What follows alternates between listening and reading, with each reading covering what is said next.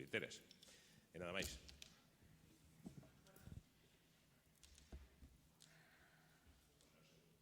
Eso despois, vale. Bueno, pois imos iniciarse a xornada formativa. E para esta conferencia inaugural trouxemos están connosco Felicidade Campal e Ana Ordás.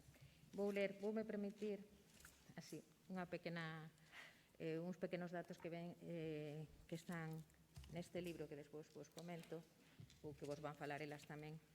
Felicidade Campal é bibliotecaria, formadora e alfinera, que como pon aquí, o sea, que experta en alfin, da Biblioteca Pública de Salamanca, da Casa das Conchas. Ela traballa ali, se pasades por Salamanca, pois na Casa das Conchas é o seu lugar de traballo. Di ela que é eterna aprendiz, cree nunha sociedade alfabetizada e competente no manexo da información e unha cidadanía con sentido crítico. Aposta polo poder formativo, social, integrador e igualador das bibliotecas, se sean públicas, no seu traballo ou nas escolares, supoño que tamén. E Ana Ordás é tamén bibliotecaria, ten máis de 20 anos de experiencia en empresas do sector bibliotecario, neste momento é unha traballadora freelance que organiza cursos de desenvolvemento profesional para bibliotecarias e bibliotecarios, experiencias baseadas no xogo, como unha forma de utilizar o pensamento lúdico para aportar solucións creativas nas bibliotecas. Diso todo nos van falar elas as dúas, antes de tamén facer un obradoiro de xogo. Lendo un poquinho este libro que acabades de publicar na editorial da Universidade Oberta de Cataluña, para min, ou para nós, é moi interesante pensar de que falades xa da aprendizaxe baseada no xogo, non de gamificación, ludificación. Eu creo que agora que os ides explicar mellor, verdade? Bos días e moitas grazas por convidarnos. En que aventura nos hemos embarcado Felicidad y yo juntas y dónde vamos de la mano como a estas jornadas? Y como bien has dicho, el punto de partida es este libro, el aprendizaje de la alfabetización mediática e informacional a través del juego, y venimos a exponer esas dos partes, así que lo vamos a hacer a la limón. Comienzo yo con la parte de juego y terminará Felicidad con la parte más de alfabetización. Y lo que vamos a ver es el engranaje, ¿no?, de esas dos partes. Bueno, la primera parte es la del juego. Como dice Huizinga en su libro Homo Ludens, el juego es anterior a cualquier cultura. Es verdad que es una de las formas primeras de interacción humana, tanto en el ocio como herramienta de aprendizaje. Es más, en este artículo, esta presentación, por cierto, la vamos a pasar para que esté colgada, y tenéis donde esté este icono de Internet, podéis acceder a los artículos y a los documentos que se mencionan.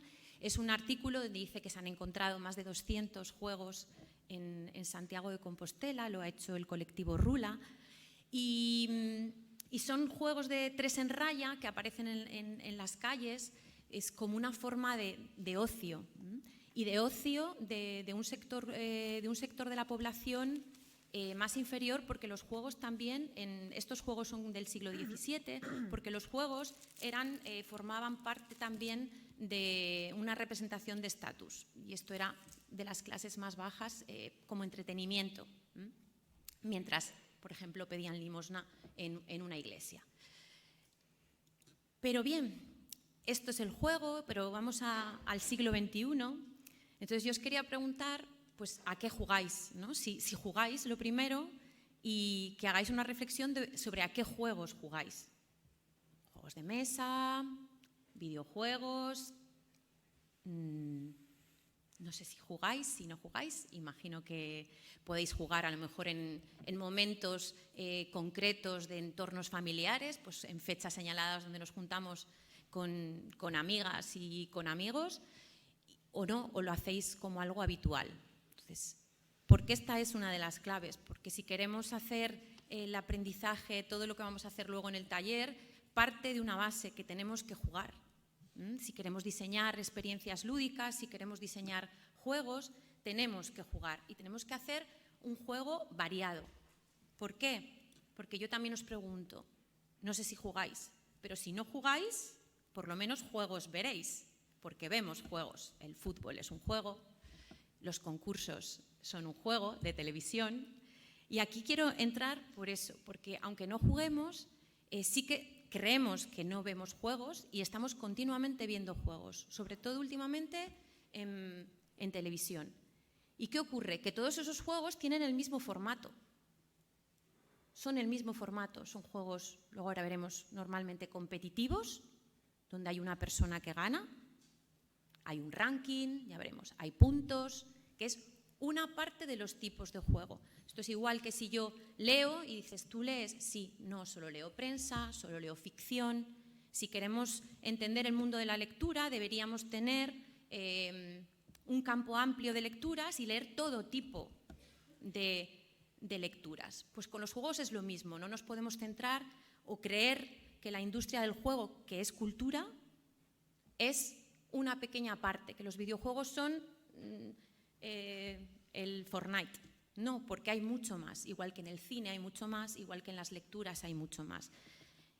E insistiré en la industria cultural, la industria del juego como industria cultural.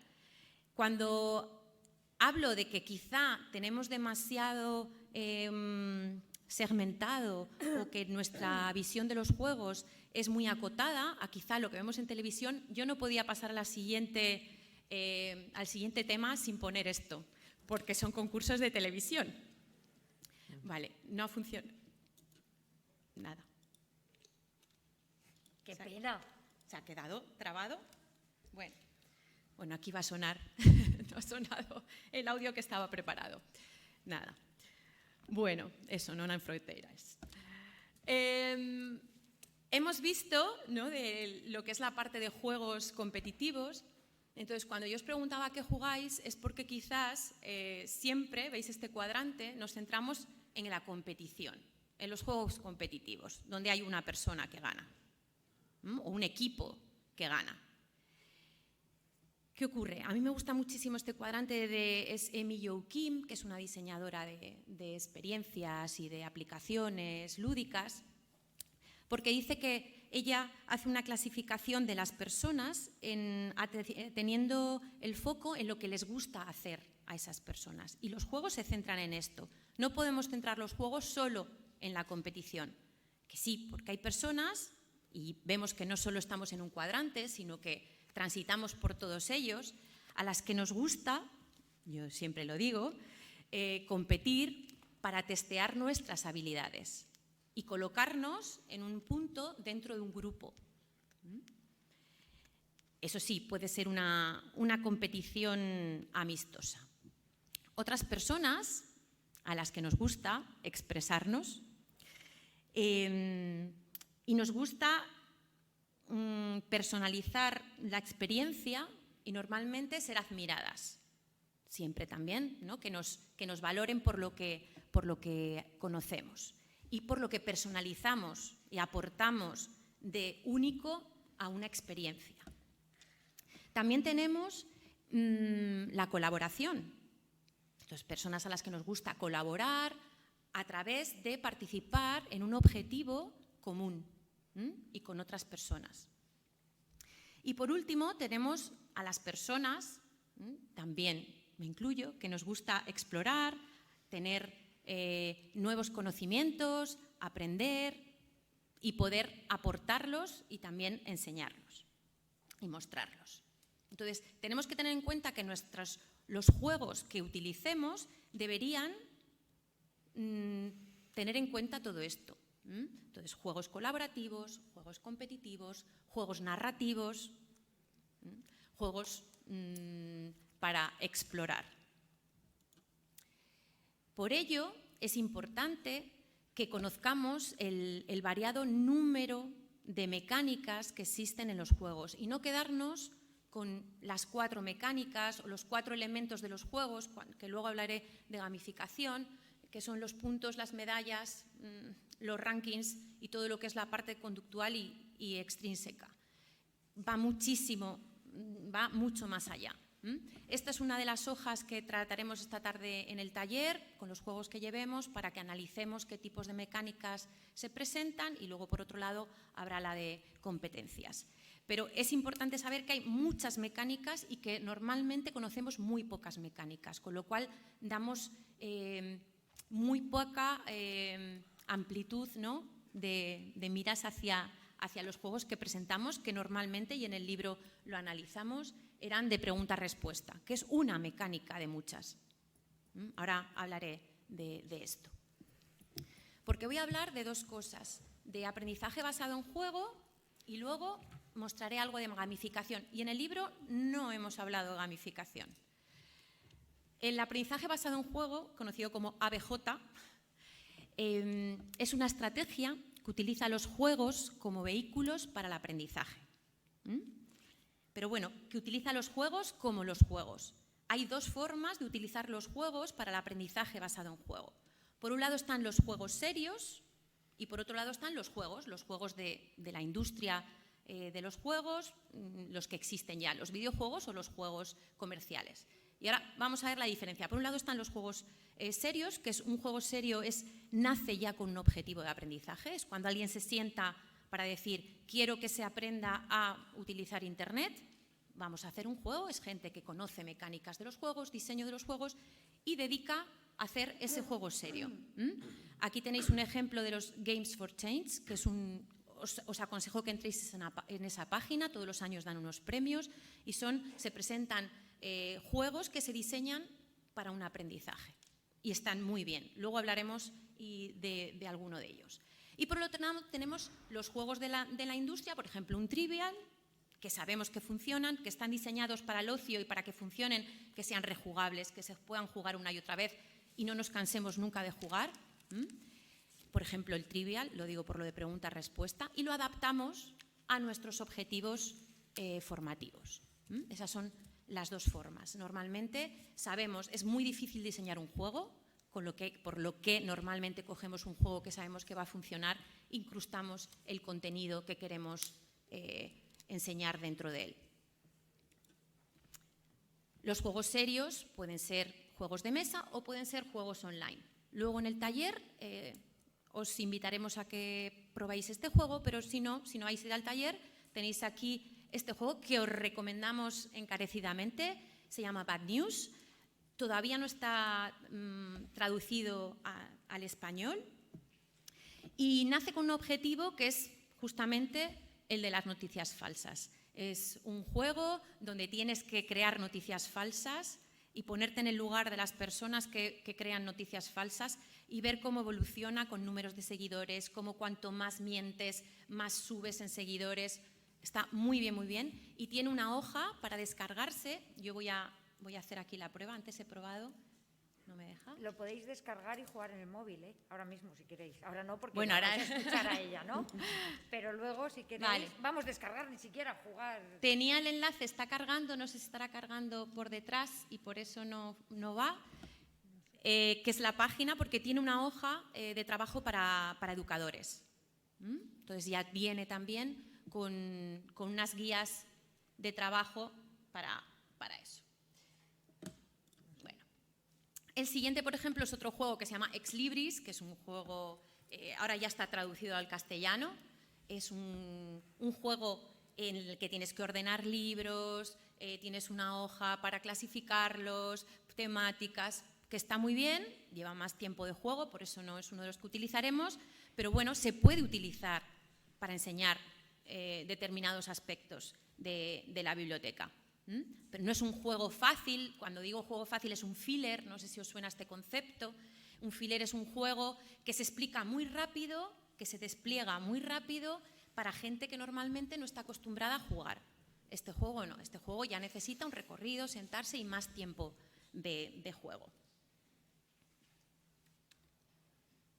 Entonces, uno de los temas más importantes cuando diseñamos, cuando adaptamos juegos, es más fácil porque ese juego funciona. Es como si cogiéramos un virus, por decir un filler que funciona y que ha tenido mucho éxito, de Trankis Games, y lo adaptamos, ¿no?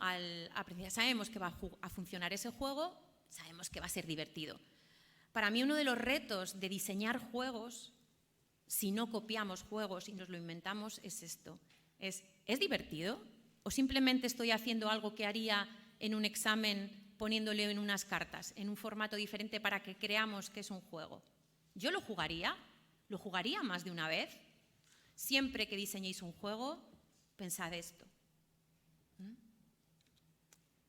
Bueno, he hablado de aprendizaje basado en juego, ahora voy a hablar de gamificación o ludificación, que ya es uno de los términos, hace unos años no, pero ahora ya sí, es ludificación.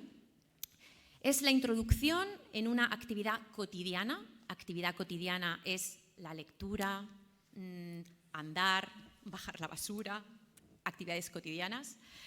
Introducir elementos de los juegos para motivar un comportamiento continuado en el tiempo, a medio, largo plazo. Con lo cual, hacer un día una actividad con elementos de los juegos no es ludificación. Tiene que ser a medio o largo plazo. Y para mí los proyectos gamificados tienen una narrativa, donde hacemos la inmersión en un contexto donde vamos avanzando y vamos cogiendo hábitos, porque de eso se trata, de cambiar un comportamiento, y eso no se hace en un día. Eso es la ludificación.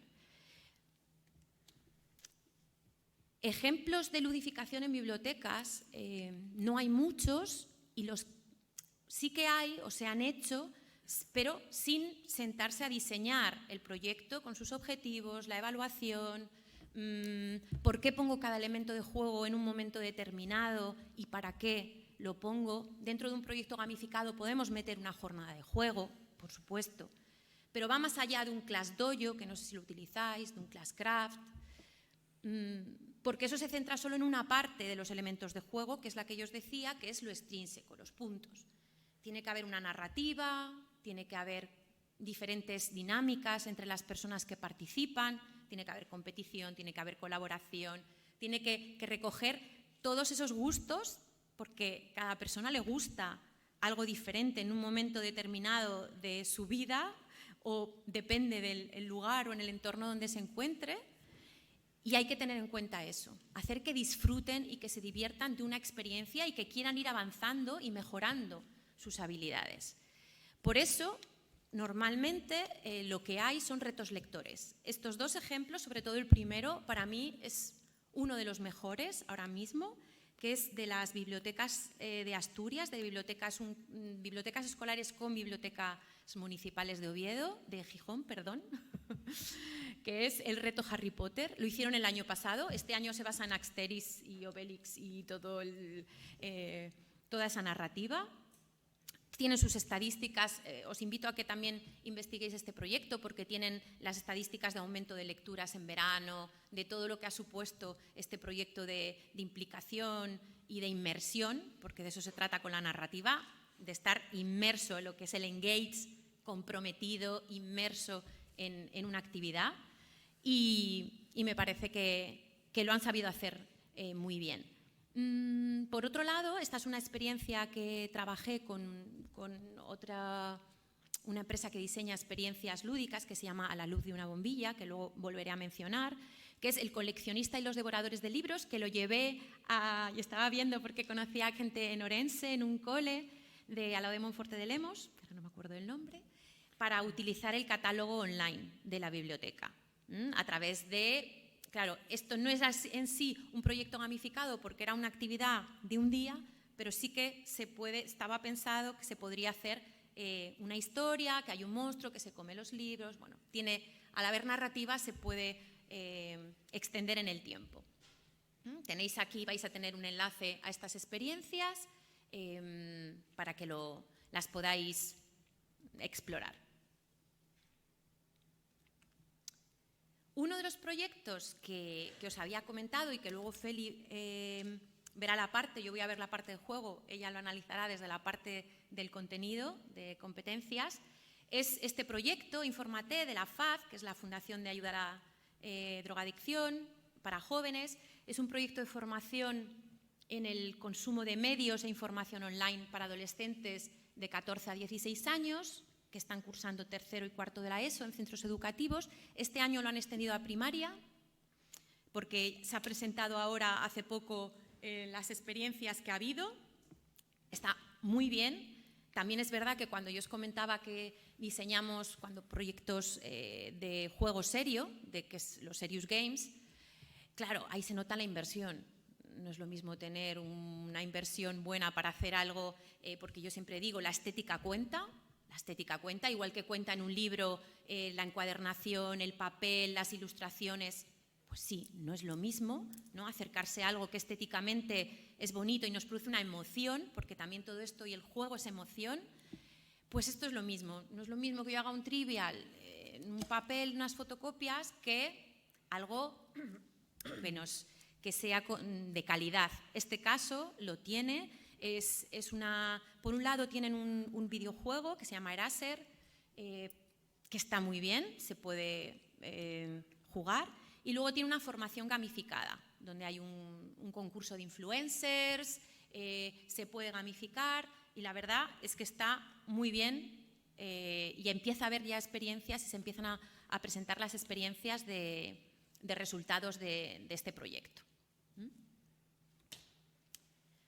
Bueno, como sí que yo sé que lo de la parte de los juegos quizás sea lo que más se hace, ¿no? Ya en las escuelas, me voy a centrar un poco más en esta parte. Bueno, esto sirve para la ludificación, pero también serviría para una experiencia de juego, también para no tener, porque muchas veces los resultados de un proyecto de juego, yo creo que de cualquier cosa, tiene que ver con las expectativas. Entonces, cuando yo digo, os enseño esto, yo os digo, ¡buah, va a ser increíble!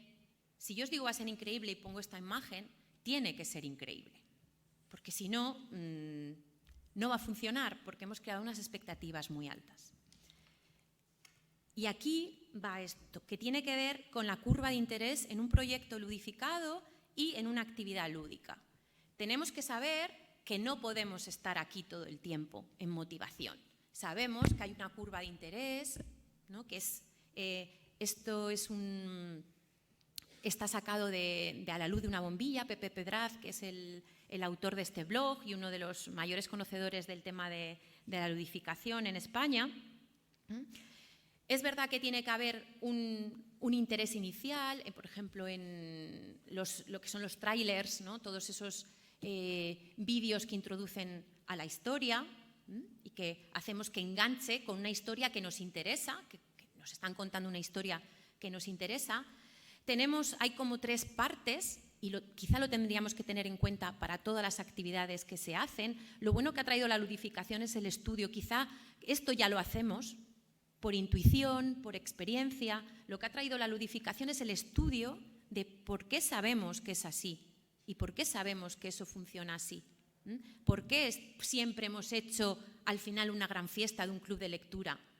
Por eso, porque las experiencias hay que acabarlas con el encuentro entre las personas y con una actividad final, ¿no? Que es como la pantalla final. En el videojuego eso está muy trabajado, el paso de los niveles, las batallas épicas para pasar al siguiente nivel, el feedback inmediato. Todo eso se puede aprender de lo que es la parte de diseño de juegos, que es lo que estudia la ludificación. Bien, pues tenemos 3 partes. Por un lado tenemos el onboarding, que es el embarque, que es donde tenemos que poner los ganchos. Es así, es donde ponemos el gancho para que la gente quiera entrar en la experiencia. Ya les hemos captado con la historia y ahora tenemos el embarque. Pero una vez que ya han entrado, necesitamos que haya un valle y que tengan un descanso. Después está toda la parte de lo que es la experiencia en el transcurso de la experiencia, que se llama el mid-game, la parte de la mitad del juego. Ahí tiene que haber momentos épicos para pasar de unos a otros, tenemos que meter quizá juegos, desafíos, retos, Esto es muy complicado de mantener en un proyecto porque es donde la gente normalmente se desengancha. Entonces, tenemos que tener muy cuidado donde ponemos cada punto para ir subiendo de nivel.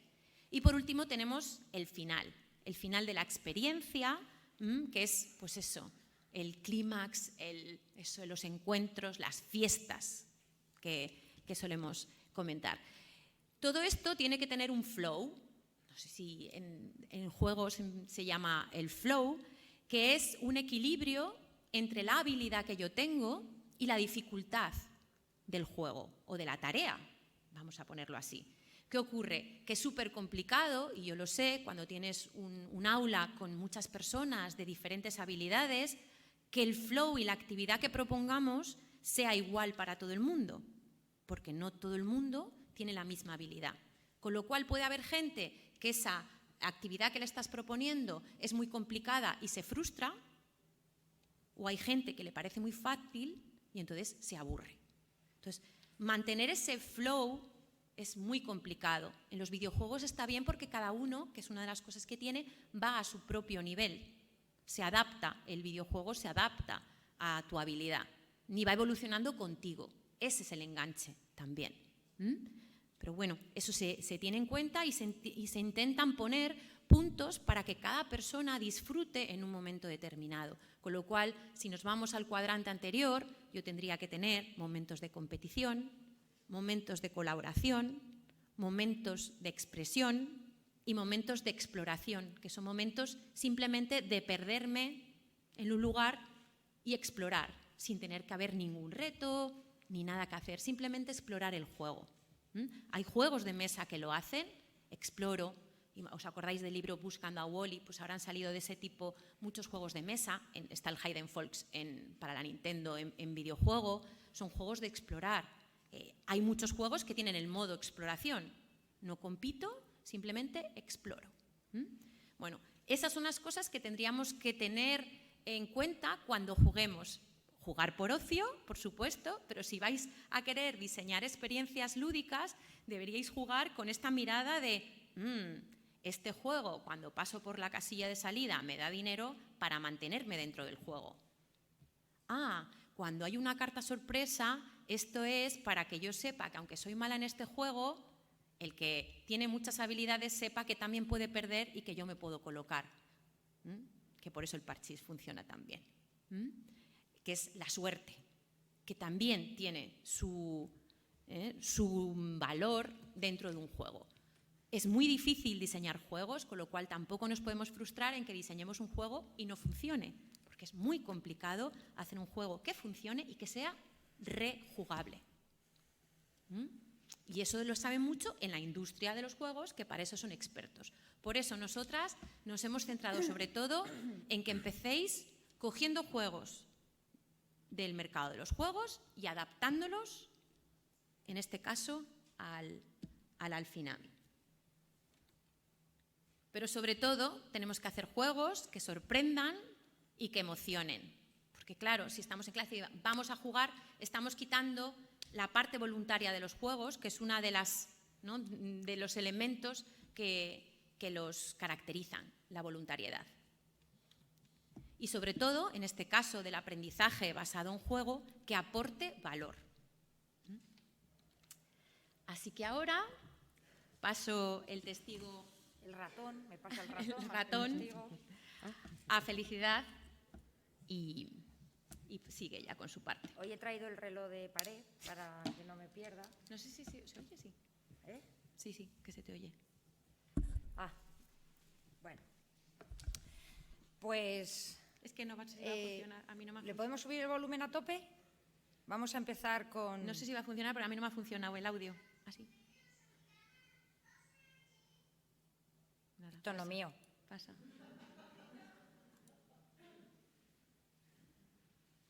Nada, pásalo, si no. Cuéntalo. Bueno,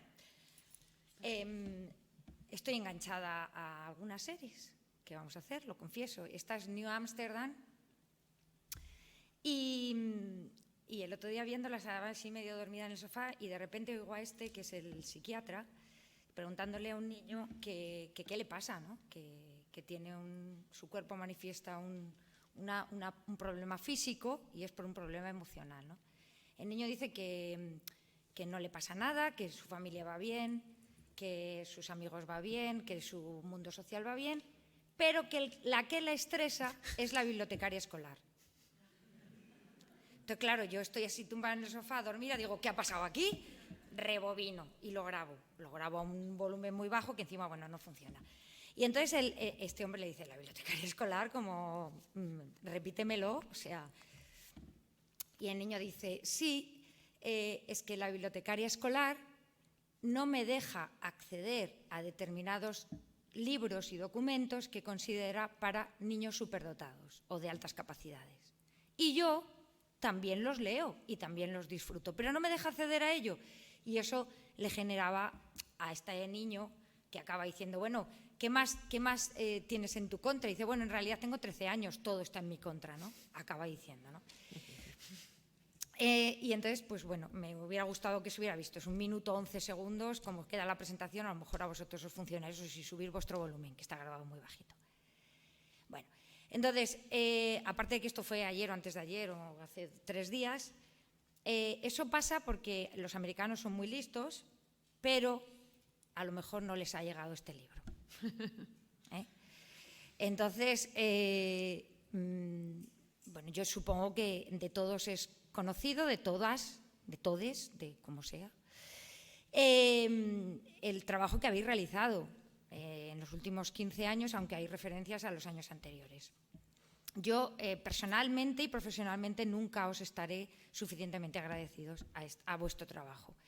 Si os pitan los oídos de vez en cuando, no os preocupéis, nadie está hablando mal de vosotras. Nosotras hemos estado en Burgos hace 15 días y yo, lo que comentaba anoche, de cada 5 palabras, 7 son bibliotecas escolares de Galicia, 4. O sea, ¿vale? Sois un referente, sin duda ninguna. Y este documento, supongo, insisto, que lo conocéis, ya que es vuestro. Y que entiendo que sois profetas en vuestra tierra, pero desde luego para los demás es también un referente, porque yo que vengo de Castilla y León, lo siento por el compañero de Valladolid, pero tenemos mucho que aprender, ¿no? También nos enseñan mucho las bibliotecas escolares de Portugal, tan cerca y tan lejos, por lo menos de Salamanca también. Bien. Antes ha empezado Ana hablando, reconceptualizando, que creo que es importante. Me pongo muy pesada con esto, Cristina, me pongo muy pesada con esto, pero creo que nunca será suficiente. Porque es que tenemos un batiburrillo y cuando nos llamamos de muchas maneras al final es un lío.